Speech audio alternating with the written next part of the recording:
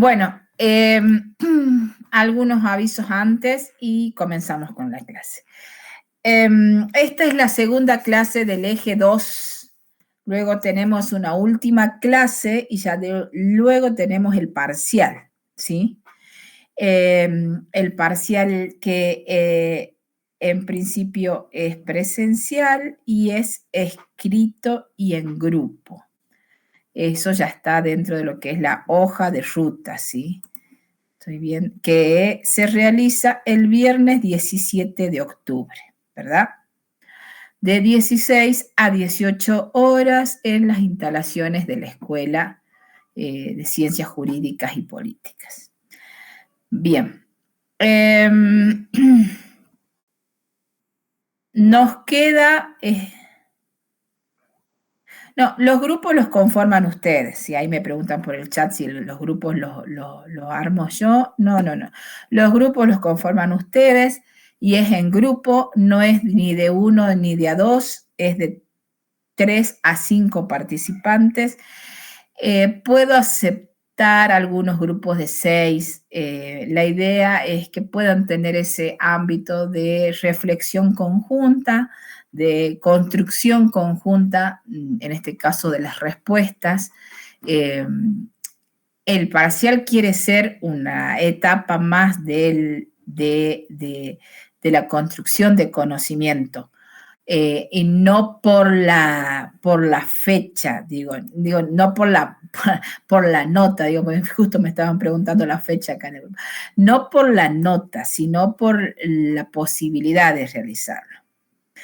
La hoja de ruta está colgada dentro del aula virtual y el parcial es el viernes 17 de octubre, ¿sí? De 16 a 18 horas. Ese es la organización del parcial. Bien. Próximamente tengo dos invitaciones para hacerles. La primera, ahí les voy a dejar porque quizás pronto entre el profe Espólita. Creo que no lo conocen aún ustedes. El profe Benjamín Espólita es profe de teoría del Estado. Así que me parece que lo van a tener recién el año que viene. Es uno de los politólogos de la cátedra con quien hemos coincidido en el armado de la carrera, así que uno de los politólogos jóvenes de la provincia también, y actualmente es el director de la Fundación Río de la Plata para lo que es la provincia de Jujuy. Y están haciendo todo el llamado a las famosas becas FURP, que anualmente se realizan. Ahí les paso por medio del chat alguna información. Es una fundación que se dedica al fortalecimiento de los valores democráticos y que tiene asiento con otras fundaciones de Estados Unidos. Y en este caso están lanzando su programa quizás más insigne, que es el programa País Federal, ¿sí? Que tiene que ver con promover un espacio de encuentro y formación para jóvenes hasta 30 años, creo que dice así, hasta 30 años cumplidos en abril del 2026, y que tengan la motivación de participar en estos espacios de formación con otros jóvenes dentro de, con los mismos intereses, pero bien la fundación tiene una apertura particular en donde se respetan todas las posiciones políticas y toda la diversidad de pensamiento posible. Lo que tiene el programa es que hace una selección de jóvenes para poder participar, primero en una cuestión regional o local, luego en una instancia nacional y finalmente en esa instancia nacional quedan elegidos aquellos que van a poder viajar hacia Estados Unidos, con una beca en donde van a poder conocer todo el sistema electoral y toda la organización de gobierno que tiene Estados Unidos. Esta es una de las posibilidades. El programa se llama País Federal y que se realiza todos los años. Otro de los requisitos que quizás vean es ser alumno adelantado o profesional joven. No es un requisito excluyente, ya que tengan y transiten una carrera afín de los objetivos, es una cuestión favorable, así que aquellos que quieran postular, ahí le dejé la información. La verdad que si entra el profe Espolitas les va a poder explicar un poco más. De hecho, él fue uno de los becarios de FURB Jujuy, que viajó a Estados Unidos y esto no es hace mucho, digo, ¿no? También comentarles que si bien la fundación, la FURB, hace bastante que viene trabajando, en el caso de quien les habla, la conoció cuando estaba estudiando en Buenos Aires, no tenía asiento todavía en la provincia de Jujuy, es bastante reciente el armado de la posibilidad de que en la provincia tengamos un asiento de la fundación y que se vaya promoviendo la participación, porque a cuanto más participación haya, más cupos le abren a la localidad como para poder viajar y ser seleccionados también. Digo, creo que actualmente estaban en cuatro integrantes, que justamente es uno de los escalones. Primero es 1, 2, 3, 4. Bueno, Jujuy a estas alturas creo que ya está seleccionando 4 participantes generalmente para las becas País Federal. Pero eso depende obviamente de la demanda, de la posibilidad que desde la provincia se tenga. Ahí les dejo la información y quizás en algún momento entre el profe Espólita y nos comenta algo más. Esta es una de las invitaciones. La otra invitación que les voy a hacer es el miércoles que viene tenemos la presencia, llega a Jujuy, Carlos Fara, ¿sí? Que es el actual consultor político por excelencia, en actividad y con una trayectoria realmente envidiable.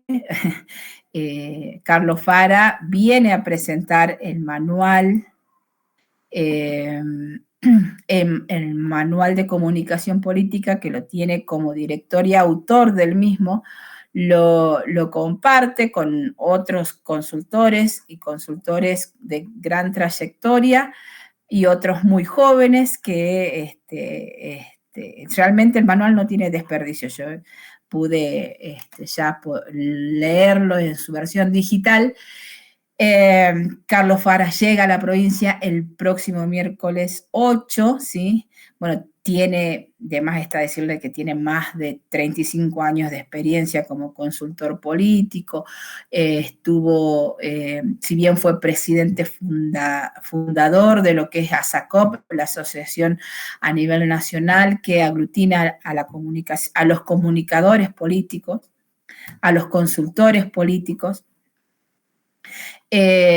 También pudo presidir las organizaciones de consultores políticos a nivel latinoamericano, iberoamericano, incluso estuvo a cargo también, creo que si no es actual, el presidente de la institución que aglutina a los consultores a nivel mundial. O sea, cuenta con campañas electorales a las que llevó él, asesorando a nivel nacional, muchísimas, a nivel internacional, latinoamericano, muchas otras tantas, con premios establecidos por su trayectoria, por sus trabajos. Es una de las betas que más está creciendo dentro de la ciencia política, la consultoría política, y la comunicación política en particular, y la comunicación política electoral mucho más, al lado de lo que es la comunicación de gestión. Así que Los voy a invitar al miércoles que viene, y viene a la universidad, que es otra de las cuestiones por las cuales estoy haciendo la invitación, que va a ser por la tarde, eso ya lo sabemos. Hoy nos confirmaron que llega, que el evento va a ser por la tarde, que seguramente será a las 18, todavía no está determinado en qué salón de la universidad lo vamos a poder tener a Carlos Fara, pero en mérito de la invitación, yo a la comisión de la mañana les decía que Carlos Fara suele hacerse siempre un tiempo para visitar las provincias y difundir el trabajo y sobre todo fortalecer el espacio de la ciencia política, como politólogo también él de base.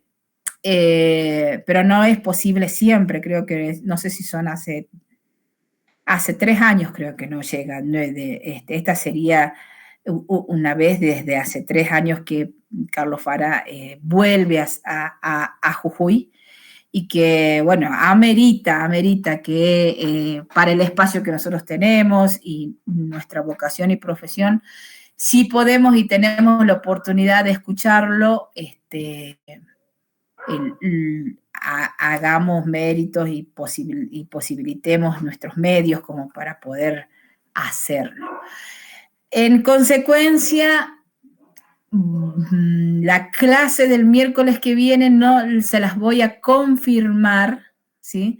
Se las voy a confirmar o reconfirmar en el horario que podamos tener, y además participar con Carlos Fara. Porque entiendo que hay algunos que no son de capital, no son de la ciudad de San Salvador, entonces hay un traslado que tienen que realizar, y lo más probable es que la clase esta de la tarde sea suspendida. De todas maneras, viendo lo que nosotros decíamos primero, que estamos muy cerca del parcial, el sábado 11 tengamos clase el miércoles o no, igual lo vamos a tomar como para poder hacer la clase de soporte y consulta que nos permita llegar bien al primer parcial. La clase del miércoles se las voy a reconfirmar en lo que va de estos días. Seguramente mañana o pasado ya sabremos la agenda que Carlos Fara tiene para Jujuy, y cómo desde la Escuela de Ciencia Política vamos a poder acompañar. Pero desde ya están invitados, y no dejen de ir si tienen todas las condiciones como para hacerlo, porque hoy es el mejor. Hoy Carlos Fara es el mejor en consultoría política, y vale la pena poder escucharlo y conocerlo, sobre todo en su experiencia. Bueno, ingresaron al aula virtual. Bueno, les cuento que ahí les dejé un texto más, que les dejé el texto de Marx y Engels, ¿sí? Ese texto no es para hoy, ese texto es para que podamos avanzar la última parte de el eje número 2, con el cual vamos a cerrar el eje número 2, y es con el cual vamos a hacer también el foro número 3, ¿sí? Que queda abierto la semana próxima. Y hasta allí llegamos con todo el material que ingresa al segundo parcial. Se los dejo pendiente, mejor si llegamos con la lectura propicia para la clase que viene. Bueno, hoy comenzamos con esta segunda clase que vamos a avanzar sobre la segunda fase de la revolución industrial. Bien, ¿alguna consulta? ¿Alguna duda? ¿Todo bien? Bueno. No duden, me escuchan bien, ¿no? Capaz que no me están escuchando. Sí, profe, se escucha. Bien. Bueno, buenísimo. Ahí siguen ingresando algunos a los compañeros. Bueno, nosotros nos quedamos en el análisis, obviamente, de aquella primera fase de industrialización que tuvo a la industria textil como protagonistas, ¿no es cierto? Aquella que viene de principios del siglo XIX. Bueno, esta primera fase llega en algún momento a sus límites, y que, pero va a comenzar otra fase también que tiene que ver con que va a dar como sostén a ese progreso económico que ya venía impulsando en la primera fase. Se va a dar obviamente sobre las industrias pesadas, especialmente la del hierro y el acero, y para los textos que nosotros venimos leyendo, que son los de Hobsbawm y que son los que nos dan la base o la línea para poder conocer, en este caso desde la cátedra, estos procesos políticos y sociales, Hobsbawm va a decir que hay un par de razones por la cual se puede definir el pase a la segunda fase de la industrialización.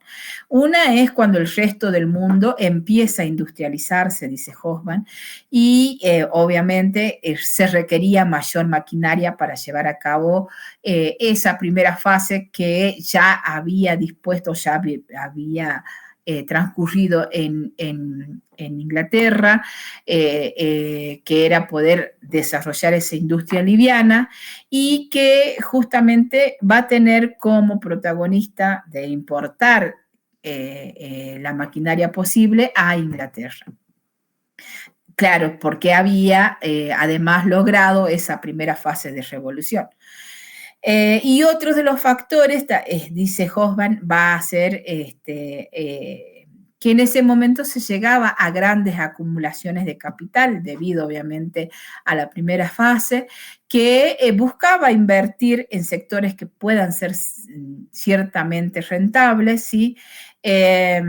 Y que se volcó en gran cantidad, de alguna manera, en parte para los empréstitos que sirvieron no solamente para las distintas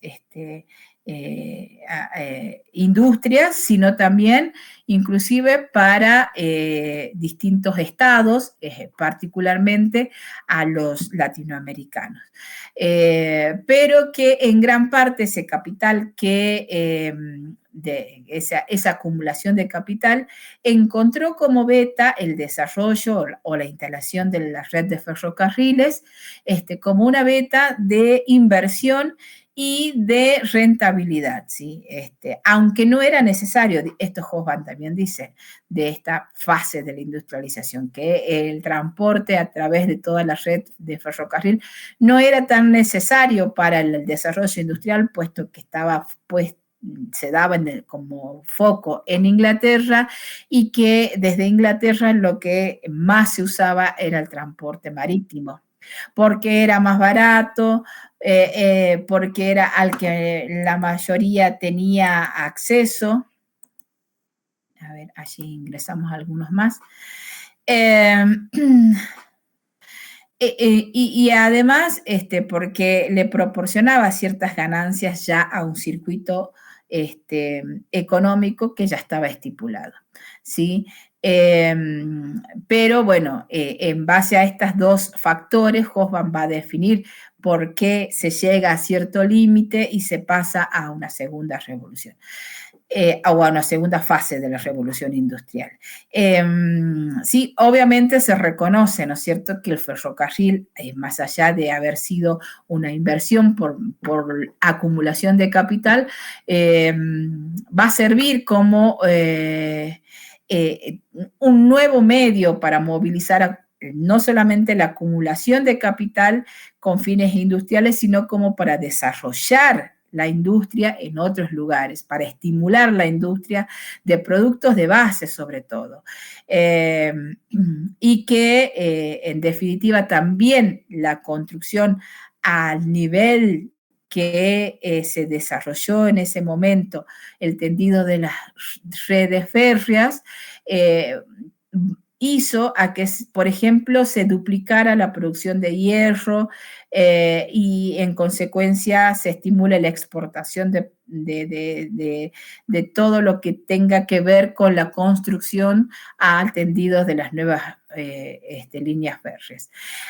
Todo esto y las condiciones en las cuales hablábamos va a hacer que se convierta Alemania, Estados Unidos y Gran Bretaña especialmente en grandes potencias de esta segunda fase de la industrialización. No solamente a ellos como potencia, sino que, como decíamos, empieza esa apertura económica que va a avanzar especialmente en algunas zonas no desarrolladas del contexto global y con algunos cambios que van a producir o que se van a ir produciendo y quebrando algunas, a nivel global, algunas situaciones para los que algunos lugares estaban preparados y otros no, ¿sí? Y ahora los vamos a ir detallando. Pero lo que en realidad sí podemos entender cerrando esa primera fase de la industrialización es que produce un incremento de mano de obra calificada y también de la no calificada, ¿sí? Que esto va a producir una mejora del empleo en general. Claro que hablamos de la mejora del empleo y no necesariamente de la calidad de los lugares de empleo, ¿sí? Y como decíamos hace rato, ¿sí? En la búsqueda de inversión por parte del capital acumulado. Todo esto ya habíamos más o menos reflejado en la primera clase, produce el surgimiento de lo que conocemos como la clase media o la clase obrera, y en este caso la industrial particularmente. ¿Sí, Luis? Sí, profesora, disculpe, ¿no? Exactamente, ¿a qué hora es el horario de clase? Porque yo lo tengo a las 16 horas, por eso es que pensé que era a las 16. ¿Es a las 15? ¿Es a las 15 o no? Yo me confundí.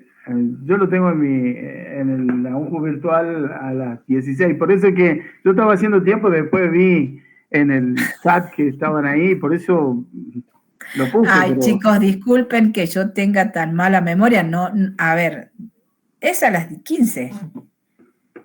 Profe, pasa que una vez usted cambió el horario porque tenía que hacer unas cosas y dijo que le íbamos a hacer a las 4, pero al final lo cambió a las 3, pero no, creo que no todos saben. Pero sostuvimos el de las 15 porque no todos podían a las 16 también, eso es lo que me habían dicho. Sí, es verdad, usted dijo que a las 3 sí o sí. Claro. Ah, Luis, me hacías asustar. No, porque, bueno, está bien, ahora me queda claro que a las 15, perdón. Bueno. Está bien. Que alguna vez cuando hay mesa de examen lo adelanto a las 2, sí, eso sí lo tengo muy claro, porque a las 4 es el horario de mesa, particularmente de instituciones políticas, y tengo que llegar el día miércoles de la semana que tomamos examen, sí, eso ya les pido disculpas, pero va a ser así cada vez que tengamos mesa. Lo otro no me acordaba, Luis. Ahora sí recuerdo, como dice aquí Agustina, que sí, en algún momento quisimos cambiar a las 16, pero la mayoría me dijo que no, mejor a las 15. Así que hemos conservado el horario de las 15. ¿Está bien? Bueno, está bien, profesora. Es más, le estoy enviando a Cáceres un mensaje porque seguramente que él también debe estar esperando a las 16. Ajá. Bueno, listo, ya le lo vamos esperando entonces. Sí. Bueno, sí, de todas maneras estamos haciendo como un paneo rápido de lo que vimos la primera clase. Bueno, decíamos entonces que esta primera fase de la revolución industrial tiene como consecuencias, una de las más grandes, el surgimiento de la clase media, ¿sí? Y que surge justamente por estas tensiones, porque debemos entender que hablando de las reformas políticas que se van a producir acompañando estos procesos históricos y económicos, desde lo que son las revoluciones francesas y la independencia de Estados Unidos y demás de esa etapa revolucionaria, dice que hace posible el surgimiento del Estado moderno con sus características basadas en las teorías liberales, ¿sí? En muy pocos años comienza a cambiar y comienza a soportar el surgimiento de nuevos protagonistas, digo, ¿no? Y no lo digo en forma peyorativa, lo digo en forma concreta, porque el sistema no, hablamos del sistema político, ¿no es cierto? Ve el surgimiento de una nueva clase social muy paralela al surgimiento quizás de lo que fue la burguesía en aquel momento revolucionario. En este momento ve el surgimiento de la clase trabajadora o de la clase obrera, y un desequilibrio nuevamente en donde esta clase cambia radicalmente, sobre todo la cultura social y política de las sociedades, de las comunidades, de las ciudades particularmente. Bueno, estas revoluciones liberales que acompañan todo este trayecto tienen obviamente factores por los cuales se van a ir dando. Obviamente en lo económico van a ser las revoluciones industriales, pero va a haber otros factores como justamente, ¿no? a una etapa de crisis económicas como fueron las revoluciones industriales, le sigue toda una tensión dentro del avance de el surgimiento de la clase media, pero también del avance de algunas herramientas del liberalismo democrático. ¿Cómo va a ser, por ejemplo, la organización del sufragio universal? Otros de los factores que van a ver en el cambio de estas sociedades va a ser el surgimiento de los nacionalismos, y también vamos a ver por qué surgen los nacionalismos, ¿no? Y cómo se van gestando, también inclusive de la mano de las tensiones económicas dispuestas por las revoluciones industriales.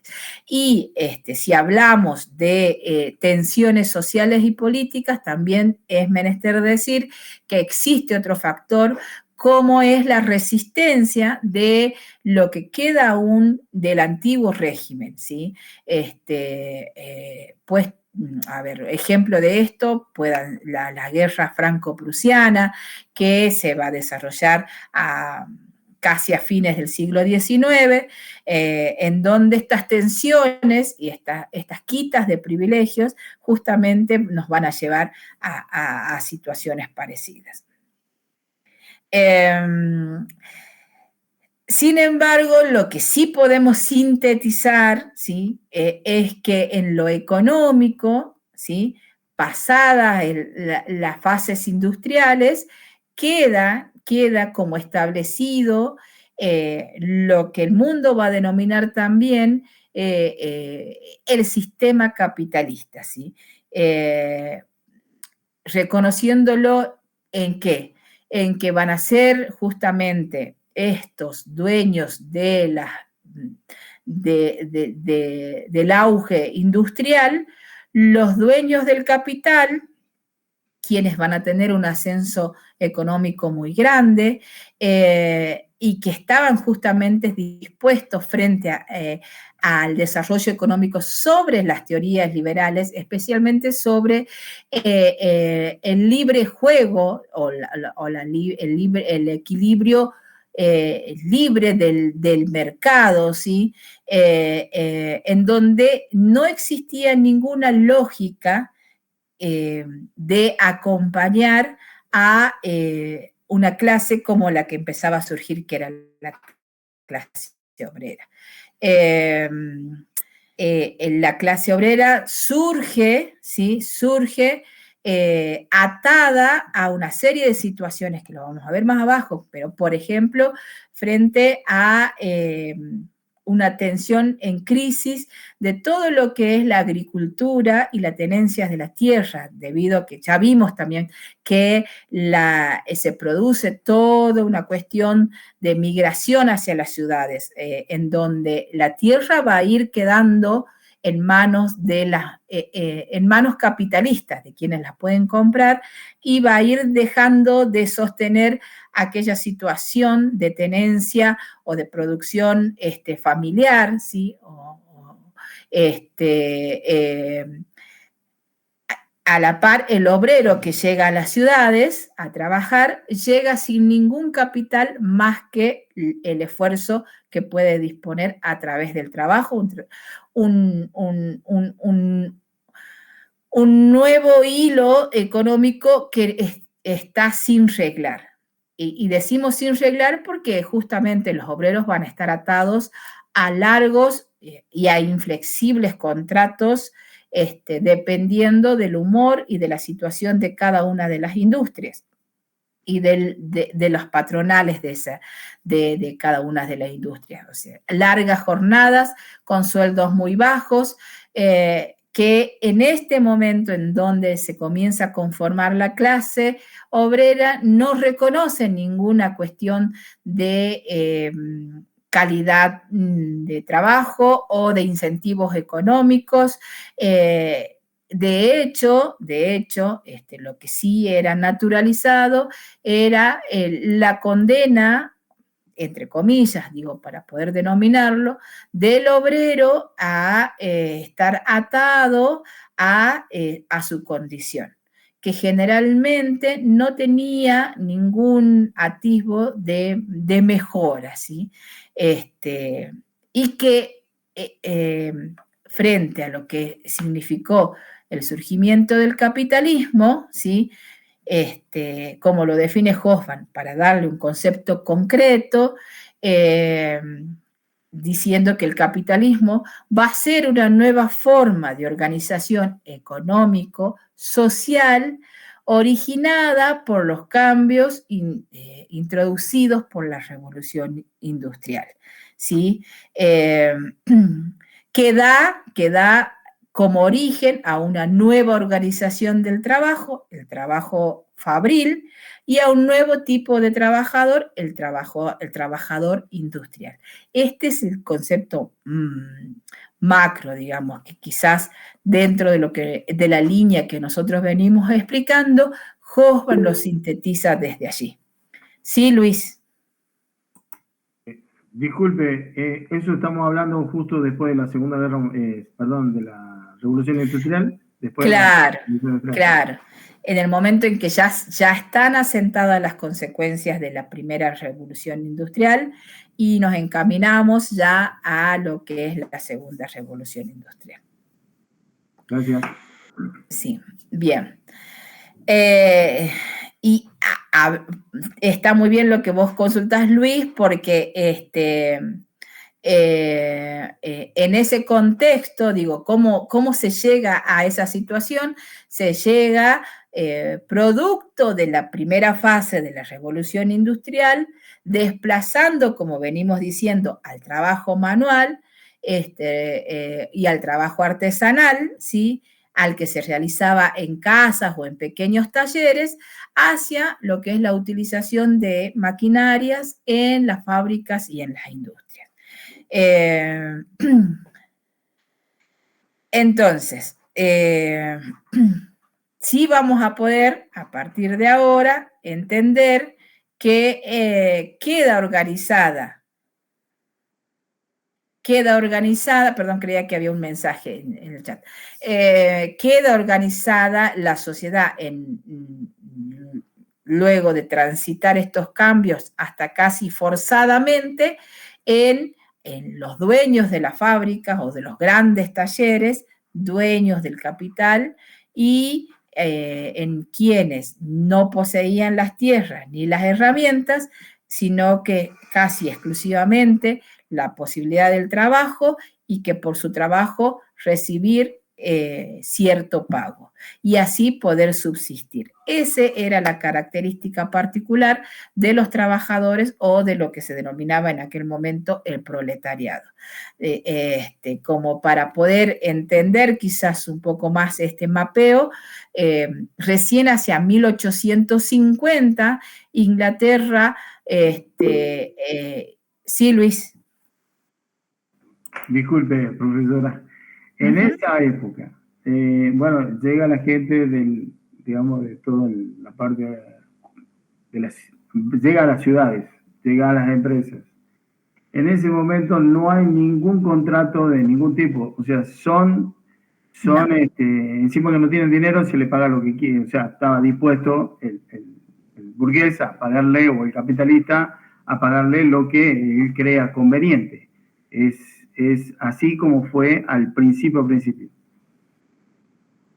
Así es. De hecho, bueno, y que tiene que ver con un condimento más.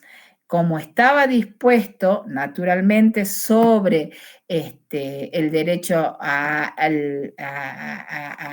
la empresa y demás, que eran conceptos y valores del sistema liberal como un valor intrínseco del mismo, el Estado no intervenía tampoco, ni entendía que debía hacerlo, ¿sí?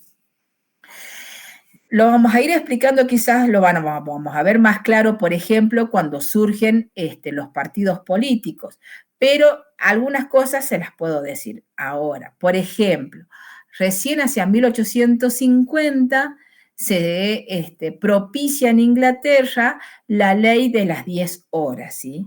Que en realidad es una ley de 10 horas trabajadas, pero el pago no era por las horas trabajadas, sino por el resultado que se alcanzaba. Pero ponía ciertos límites a las horas trabajadas, ¿sí? Digo, esto fue uno de los avances que se empezaron a dar dentro de lo que fue la construcción de la clase trabajadora. A la par, sí, Luis. Esa ley de las 10 horas no iba por el tema de las 10 horas. O sea que si una persona, si el dueño del burgués o el dueño de la empresa dice, bueno, tienen que hacer, no sé, en 10 horas tal persona tiene que hacer, por decir un número, 8 sillas. Si no llegaba a hacer las 8 sillas, llegaba a llegar 5, no se le pagaban las 10 horas porque no produjo lo que era. Si no, pasaba hacia esas horas, era acumulativa, o sea, tenía que completarla para poder cobrar. ¿Es algo así? Así es. El pago era por los resultados, o por la producción en realidad. La ley era una cuestión declarativa de que empezaba a limitar la situación laboral. Lo que sí comienza a darse y que ya venía de antes es justamente esta cuestión de nuclearse dentro de la clase trabajadora, ¿sí? Y que en este momento, ya habíamos hablado de aquellos pequeños núcleos de oficio en algún momento, antes de las revoluciones, y que justamente eso hace a que se conformen ciertas comunidades de oficio. Ahora lo que sí surgen van a ser los sindicatos, los gremios, que van a ir tomando fuerza debido justamente a la rápida o al acelerado crecimiento de la clase obrera. Y que el cambio o la inserción de la clase obrera va a ser muy rápida en cuanto a la tensión que le produce al sistema, al punto que también hay que recordar que si bien en este momento ya tenemos un Estado moderno con el sufragio electoral universal, pero era entre comillas, porque había que tener ciertos requisitos para poder participar, y generalmente el requisito tenía que ver con una cuestión censitaria, con una cuestión de capitalista particularmente. Es la clase trabajadora la que va a empezar a pujar y a presionar para que ese sistema propicie el cambio de el sufragio universal. Entre comillas también, porque las mujeres no van a votar todavía aún, pero sí, por ejemplo, hacia 1867, en Inglaterra se dispone la reforma que acepta que los obreros voten. Los capitalistas, la patronal acepta y es un punto de quiebre para lo que es la construcción del sistema político, porque a partir de ahora los obreros ya no son considerados una clase de choque, sino que al aceptar ser parte del sistema político, también aceptaban ciertas cuestiones que ya estaban planteadas con la patronal o con los capitalistas que ya eran partes del sistema político, ¿sí? En síntesis, a partir de ahora, la clase obrera podía peticionar y ser parte y deja de ser aquellos protagonistas que buscaban cambiar el sistema o destruir el sistema político. Esto en Inglaterra, ¿no? Por eso digo, en lo más concreto y visible así es así. En el resto del mundo vamos a ver que estas situaciones van a tener idas y venidas porque se dan en muchas veces no tan lineal como lo podemos ver en Inglaterra, sino que muchas tensiones van a ir y van a venir constantemente en este momento del que estamos hablando y que van a seguir dándose inclusive con algunas cuestiones, como hablábamos esta mañana, de tensiones que aún continúan dentro de lo que es las formas y los recambios. Bien, lo cierto es que existe un momento de la segunda revolución industrial en donde vamos a ver una tensión económica. Todo este progreso económico que se hacía sin ningún parate ni límite, va a tener un parate o una inquietud, una tensión, un desequilibrio que en realidad no va a pasar a ser por la producción. No es una crisis de producción, sino va a ser una crisis de rentabilidad, ¿sí? ¿Por qué vamos a decir esto? Esta depresión o deflación del comercio, en realidad, se va a ver reflejada en todo el mundo, como decimos, no es que se estancó. La producción va a seguir aumentando porque vimos cuáles eran las condiciones en las que se venía dando la revolución, la apertura de la industrialización, la búsqueda de nuevos mercados. Lo que sí sucede es esta falta de rentabilidad, ¿sí? La industrialización seguía avanzando y de hecho va a llegar a América Latina y va a llegar a Rusia y va a llegar a Suecia e inclusive Japón se va a sumar como una de las potencias que desde otro costado del mundo avanza sobre lo que es la industrialización. Pero la rentabilidad que significa la caída de los precios, es la que va a caracterizar un momento de la revolución industrial y en donde el capitalista pierde beneficio.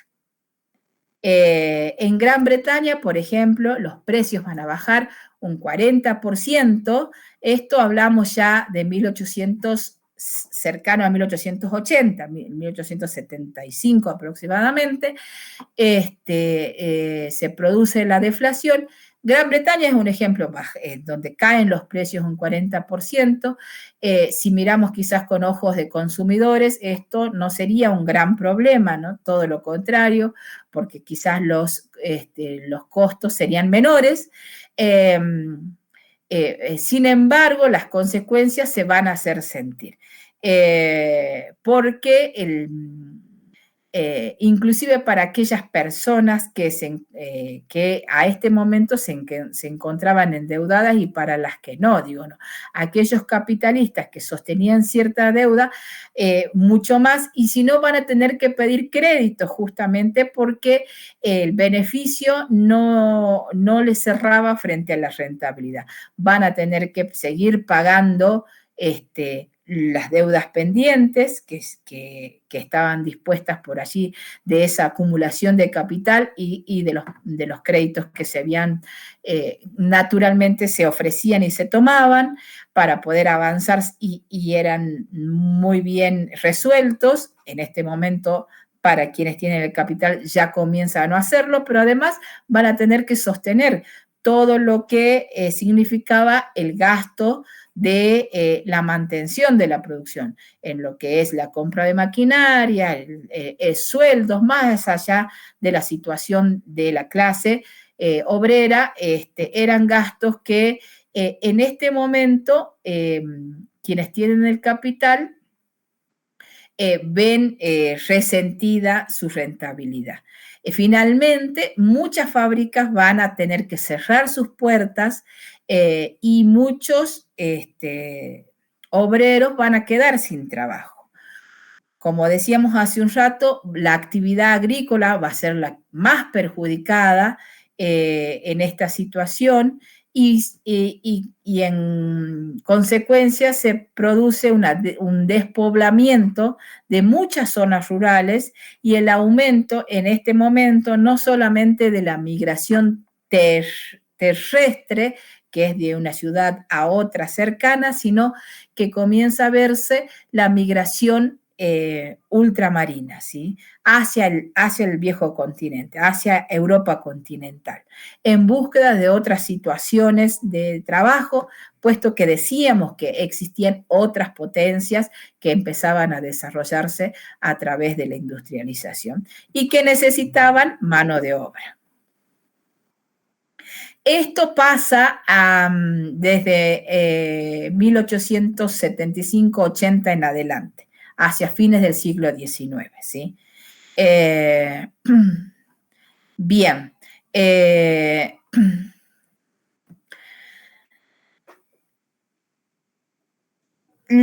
Bueno, a ver, ¿qué es lo que va a originar esta situación? En donde los capitales ven reducidos sus beneficios. Al no poder tomar más crédito, ¿sí? Del que ya estaba dispuesto en la organización del capital acumulado, lo que comienza a verse es que se solicita al Estado que pueda intervenir para equilibrar las condiciones del mercado, ¿sí? Y lo que parece contradictorio a los principios liberales comienza a desarrollarse en principio en Inglaterra, pero en el resto de las potencias industriales, lo que conocemos como el proteccionismo, ¿sí? Que es la posibilidad del Estado en su gestión de regular especialmente las condiciones del mercado. ¿A favor de quién? A favor de los capitalistas, de quienes ostentan el capital y promueven la industria, ¿sí? A ver, esto nos va a dar varias situaciones en consecuencia, ¿sí? El proteccionismo va a ampliar, obviamente, la base industrial de todo el mundo, ¿sí?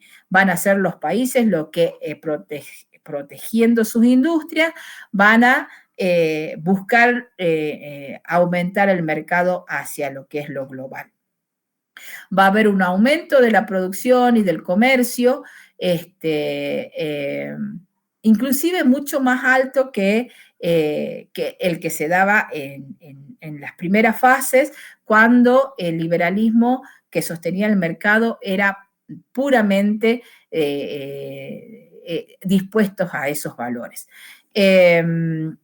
Lo que sí, sí vamos a decir que se va a producir una concentración económica, ¿sí? En manos de pocos capitales, debido a que justamente, ¿no es cierto?, esta cuestión de poca rentabilidad lo que va a hacer es ir en contra de aquellos que no podían competir ni sostener su actividad industrial. ¿Y qué es lo que van a tener que hacer? O cerrar o vender a manos de un capital mayor. ¿Qué es lo que sucede con esto? Con esto tenemos una tendencia al oligopolio a nivel global y comienza la primera fase de lo que podemos entender como la globalización del capitalismo, ¿sí? Justamente el cierre de algunas industrias que no pueden sostenerse, se da la tendencia a lo que es la organización de oligopolios. Bien. ¿Alguna consulta hasta acá? Bien, seguimos entonces. ¿Qué es lo que va a suceder con la forma de trabajo en este momento? Va a surgir toda una serie de teorías que tienen que ver con la gestión científica del trabajo, ¿sí? Así se van a llamar las tendencias, o algunas tendencias como las que nosotros conocemos o hemos leído, o quizás por allí hemos escuchado, denominadas el Taylorismo, de Frederick Taylor, o el Fordismo, de Henry Ford, ¿sí? ¿Qué es sabemos entonces que hubo un surgimiento de una clase industrial, de obreros industriales, que no estaba regulada ni las condiciones de trabajo, ni las formas de pago, y con el surgimiento de un concepto de gestión científica dentro del trabajo, lo que se va a propiciar a través de estas teorías, tanto del Taylorismo como la del Fordismo, ¿sí? Es el que a través de la organización de la mano de obra se logre reducir los costos de producción, ¿sí?, mediante un mayor rendimiento de los trabajadores. Este es el concepto general, digamos, de la gestión del trabajo, tanto del Taylorismo como del Fordismo, ¿sí? ¿Qué produce esta cuestión de tener como objetivo para ordenar la fuerza del trabajo, disminuyendo los costos de producción y maximizando el rendimiento de los trabajadores? Primero, se organiza en el aislamiento de los trabajadores del resto del grupo de los trabajadores. ¿Qué quiere decir esto? Que a partir de este momento el trabajo se va a organizar por áreas, ¿sí?, o por etapas de producción. No, anterior a estos, todos los trabajadores participaban de toda la producción. A partir de estas nuevas organizaciones del trabajo, entonces se aísla a cada trabajador del resto del grupo, ¿sí? Otra de las cuestiones que, buscando el mayor rendimiento de los trabajadores, se realiza el trabajo cronometrado, ¿sí? O sea, la organización de los procesos. Muchas veces en estas características en detrimento del trabajador, pero va a ser una de las características de la gestión científica en la organización del trabajo. Y surgen por primera vez los incentivos como forma de pago dentro del pago de la remuneración del trabajador. O sea, estas la descomposición por áreas de cada proceso productivo y la cronometración sería, bueno, la cuestión cronometrada en realidad, va a ir justamente de mano de el sistema de nuevos incentivos, ¿sí?, para la organización del trabajo. Ejemplo de esto es la cadena de montaje, ¿sí? La cinta transportadora, la que se usaba en las empresas, la Ford, para la fábrica de automóviles, y justamente por eso deviene el nombre de Fordismo, ¿sí? Bien, aquí tenemos entonces un panorama en donde esta etapa y tensión de la revolución industrial propicia todo un cambio dentro de la organización del trabajo, propicia la inserción del Estado a través del proteccionismo, cosa que no se había dado antes, ¿sí? Y eso en cuanto hacia adentro. En cuanto hacia afuera del Estado, ¿cómo va a seguir protegiendo también hacia afuera, dándole una respuesta política a la expansión de la industrialización? Desde el sistema político va a surgir lo que nosotros conocemos como la etapa del imperialismo, ¿sí? Esto es en búsqueda de poder conseguir mayores inversiones y nuevos mercados, ¿sí? Se impulsa desde la política una nueva expansión que se realiza en una alianza de Estado y capital, ¿sí? Y que produce lo que nosotros llamamos esa etapa de colonización. La respuesta política para seguir avanzando en el proteccionismo a la industrialización fue la organización del imperialismo a través de la colonización de las distintas áreas o las distintas zonas del mundo. Y en ese contexto, ¿sí? Nosotros vamos a ver cómo, por ejemplo, se conquista, se anexan, se administran formalmente distintos territorios, no lo vamos a ver en detalle ahora, si lo pueden quizás repasar o leer buscando lo que fue la época del imperialista en el mundo. Vamos a ver, por ejemplo, territorios de África y de Asia que quedan en manos de las potencias del mundo en ese momento, llamados, bueno, obviamente Inglaterra, Francia, Alemania, Italia, los Países Bajos, Estados Unidos, Japón, van a ser algunas de las potencias que van a llevar con ellas todo lo que es esta fuerza del capitalismo a través del imperialismo y la colonización. Hablamos de que, para que más o menos se ubiquen, de la década, fines de la década de 1870 hacia adelante, y de hecho por allí, inclusive todo este movimiento que se va a realizar, si bien, como decíamos, va a tener el acompañamiento de los estados, más que estados se van a empezar a conocer a las ciudades capitalistas, a lo que por allí denominamos las grandes metrópolis, ¿sí? Inclusive evidenciando que el capital concentrado en un territorio no responde, o si bien es acompañado por un Estado, no responde exclusivamente a un Estado, puesto que ya en alianzas estaban ciertos oligopolios que les permitían traspasar y manejar de alguna manera el capital a nivel internacional. Frente al imperialismo, esto que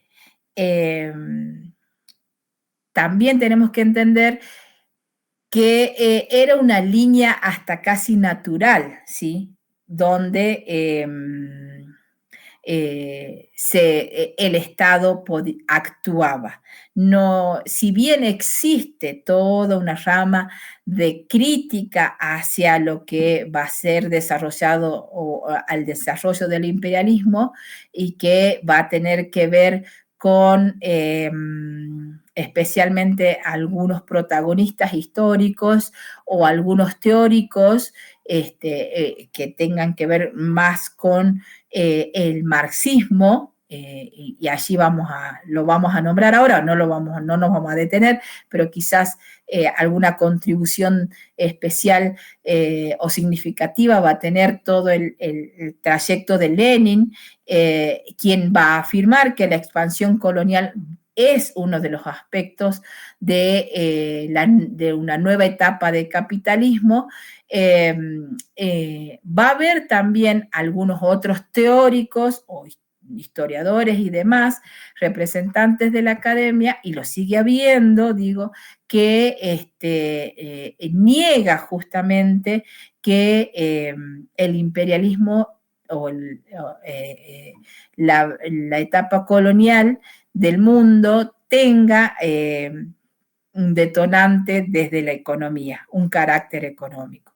Lo que Hobsbawm sí va a sentenciar, y lo hace a través de este hilo de conectores históricos, sociales, políticos y económicos, diciendo que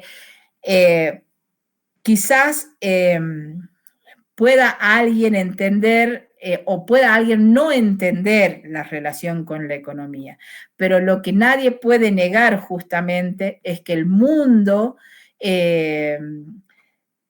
llega a esta etapa dentro de una dimensión económica. Obviamente afirmando, ¿no es cierto?, que existe una relación intrínseca entre lo que es la economía y el imperialismo alcanzado en esta etapa. Bien, en ese contexto lo vamos a analizar quizás un poco más con detenimiento, analizando ya los primeros años del siglo, la clase que viene. Pero bueno, nosotros sí, en este contexto, sí vamos a entender que existe una relación intrínseca con lo económico, que la economía comienza a globalizarse y existen datos muy concretos. Por ejemplo, entre 1870 aproximadamente se exportaba, ¿sí?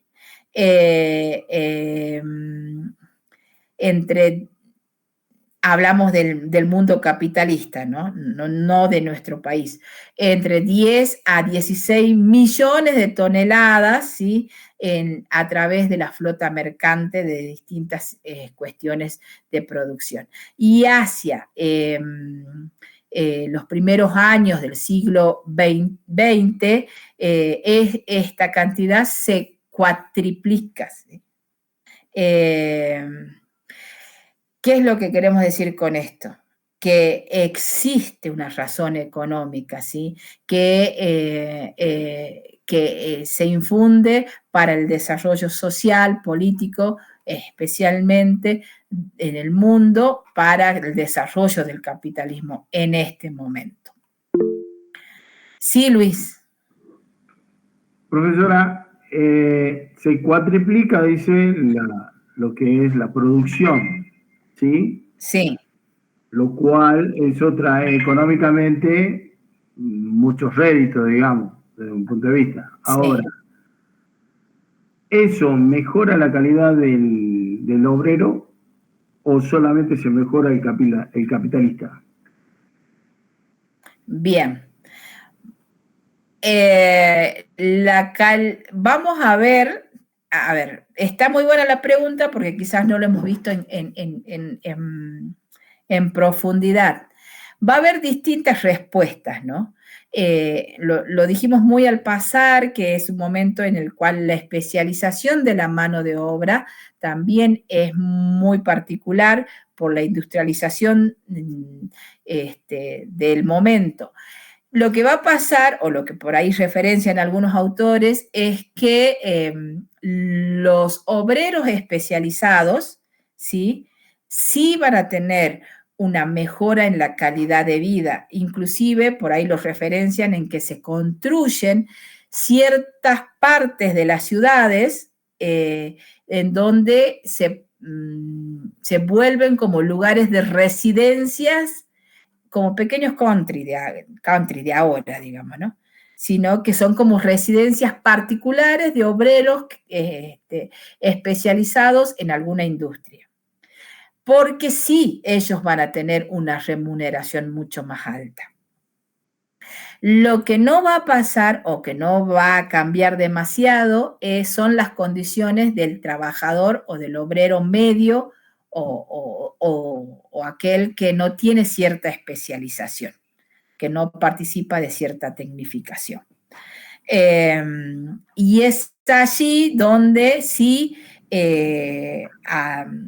se van a producir ciertas situaciones, ¿sí? Ciertas situaciones de gran tensión que van a producir los últimos cambios políticos, especialmente de toda esta etapa de la segunda revolución industrial.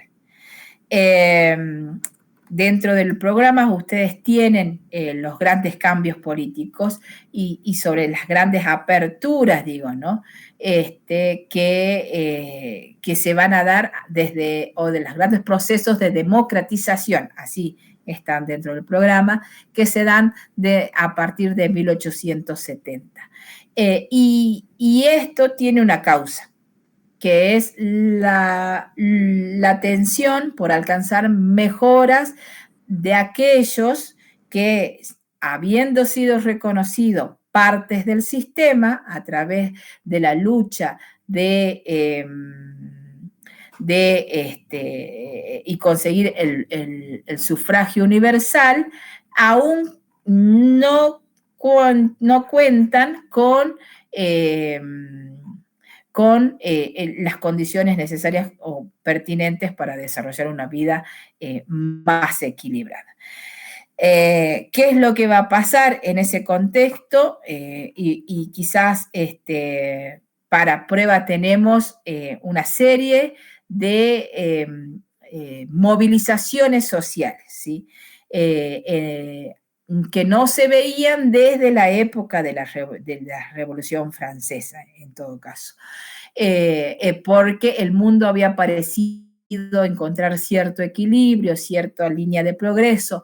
Es en este momento, a finales del siglo XIX, en donde vuelven las movilizaciones sociales en búsqueda de que el Estado no solamente dé respuesta y acompañamiento a los capitales, sino también atienda las necesidades de la otra parte de la población. Como ejemplo está todo el fenómeno de la Comuna de París hacia 1871, ¿sí? Que si bien va a ser reprimido, es uno de los movimientos que se van a realizar y de igual manera en varios puntos del continente europeo. Este fenómeno se da por las alzas de impuestos que venía soportando la clase obrera y la poca protección, ¿sí? Al punto que logra tomar el gobierno de la comuna, ¿sí? De la Comuna de París, logran sentar por un periodo corto un gobierno obrero, ¿sí? Digo, situaciones que van a ser acompañadas también desde la teoría, por eso les digo, luego les solicito que lean Marx, porque nos va a permitir entender estas cosas de alguna manera, no solamente eran una teoría, sino que en algún momento la cuestión llegaba a entenderse desde la situación social. Creo que, si no me equivoco, 54 días que la clase obrera toma la Comuna de París y deja como precedente, que hasta ese momento no estaba, toda una serie de medidas que toma y que van a quedar como medidas de gobierno a pesar después de haber sido derrocadas y de haber vuelto a una línea de gobierno institucional. Por ejemplo, se lucha y se toma medida y se llega a la abolición del trabajo nocturno, que era una de las cuestiones, que bien vos decís, Luis, en qué momento surgen las luchas por las condiciones de trabajo, ¿sí? Esta fue una de las medidas, por ejemplo, allí en la Comuna de París. Se amplía el periodo de educación gratuita y laica, digo, esto también, que fue otro de las banderas que se van a empezar a levantar en búsqueda de que las generaciones, a la familia o de los obreros tengan la posibilidad de seguir formándose. Bueno, entre otras medidas, ¿no? Entre otras medidas van a ser algunas de las situaciones, obviamente el sostenimiento del sufragio universal, de la participación sin ninguna restricción dentro de lo que es el sistema político, la organización de partidos políticos, digo, son momentos en donde la tensión entre lo que es la clase obrera y la capitalista, inevitablemente llega a tener ciertos momentos de democratización, después de las tensiones, obviamente, ¿no? ¿Qué surge de todo esto? El sistema político se va a imbuir de ciertas herramientas que hasta este momento no se conocían. En principio, los partidos de élites, como los conocíamos hasta este momento, que eran los partidos de la clase más alta, que era la que dominaba la participación y la representación, se conforman o se ven quebrados o deben competir en otros lugares con la conformación de los partidos de masa, ¿sí? Es el momento en donde surgen los partidos de masa. Lo vamos a ver quizás más notorio en Inglaterra, en donde el Partido Liberal que le había dado forma al Parlamento se quiebra en dos, en una línea de casi exclusivamente conservadora y el surgimiento del Partido Laborista. Ambos miembros del Parlamento, pero uno que se define en la defensa de los partidos de élite, dueños del capital, y un partido laborista que cede algunas situaciones y entiende que también se deben defender o trabajar sobre algunos desafíos que esta etapa con la nueva clase trabajadora necesitaba como respuesta. Pero no solamente allí se va a quedar en el surgimiento de los partidos, en la organización del sufragio universal, sino que al abrirse el juego político, la política gana en ritualización. ¿Por qué en ritualización? Porque en definitiva la organización de la cantidad de adherentes va a necesitar justamente procesos que la hagan parte y le den identidad de las reales, ¿sí? Y se van a ir definiendo partidos de amplia adhesión, pero con identidades muy marcadas. Muchas veces casi exclusivamente aquellas que defienden con líneas hacia la clase obrera o estén en contra de ellas. A la par existe cierta respuesta del sistema político en donde es el momento en donde surgen otras herramientas. Para el caso de la conformación del Estado, lo vamos a ver quizás con más detenimiento en la clase que viene, pero es el momento del surgimiento del modelo bismarckiano, ¿sí? En donde la administración del Estado vuelve con una mirada de ejercicio y ejecución a las demandas sociales, ¿sí? No vuelve, se reinventa porque el modelo que tiene justamente volver a, no volver, sino a iniciar ese sistema del Estado con la relación con la sociedad. Bueno, es el momento en donde se quiebran, como decíamos, en dos cámaras el caso inglés, en donde se da por piso al voto censitario, pero también es el momento en donde las tensiones de los partidos de élite que se ven afectadas organizan como respuesta política en muchos de los lugares, lo que todos conocemos como las etapas de fraude electoral organizado, que es una forma de resistencia de la clase privilegiada para impedir quizás los cambios a los cuales los nuevos partidos de masa empezaban a atender. Bueno, son realmente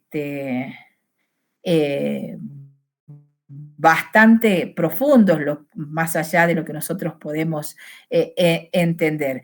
Pero el sector político va a empezar a movilizar no solamente a la clase obrera, que ya no es solamente clase obrera, porque al momento, como lo venimos definiendo, ya tenemos quizás una clase obrera, una clase media, un campesinado, que vuelve a dividirse y a entenderse en sus diferencias profundas nuevamente en este contexto. Bueno, hablando de los partidos de masa, ¿sí? Que van a ir desde la derecha hacia de la burguesía misma y hacia la izquierda, ¿sí? Es el momento, si alguno quiere leer, de la obra de Ortega y Gasset, de la rebelión de las masas, ¿sí? Justamente, que viene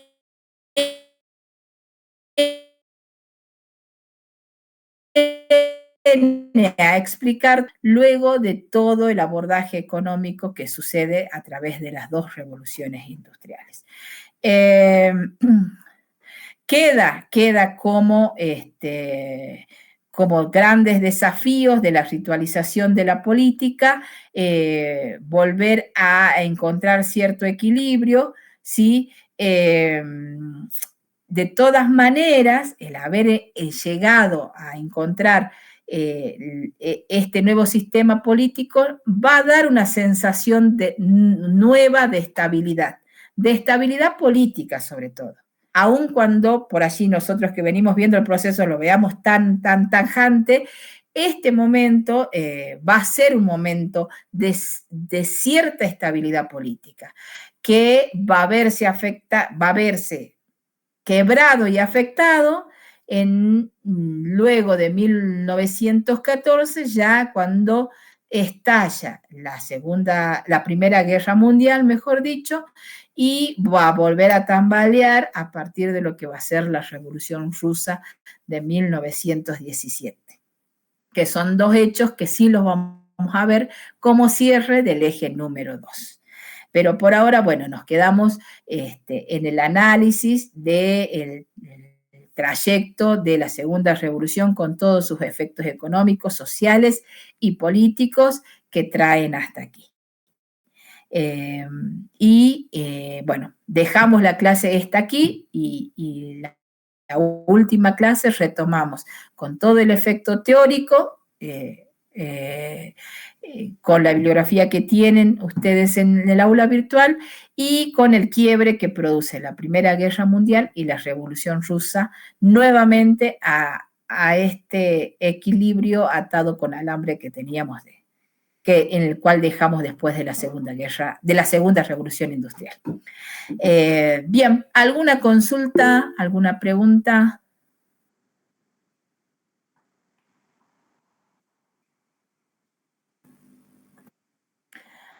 Bueno. qué bueno. O la mitad de semana los tiene medio adormecidos. Deben estar con parciales también, ¿no? Rindiendo. Sí, así es, profesora. Consulta, en el segundo foro que Sí, tenemos para participar, tenemos que trabajar a jóvenes y después acá. y acá. Ah, bien. Y acá, en esa gran diferencia, y viene a correlación de lo que vimos quizás hoy, ¿no? Dejando a la gran lucha del antiguo régimen y el surgimiento de ese primer contractualista como Hobbes, que propicia la construcción del Leviatán por la fuerza, ¿sí? Sí. Y con la concentración de poder, a un Kant que ya nos deposita en la contemporaneidad, uno de los contractualistas también, pero de la época, pero ya hacia el final de la misma, que nos habla de la voluntad universal, ¿sí? De el equilibrio de la paz, digo, ¿no? Y asentando en ellas justamente la voluntad individual, la posibilidad de encontrar el punto medio de la voluntad individual en la voluntad general. Son dos contractualistas que repiensan desde esos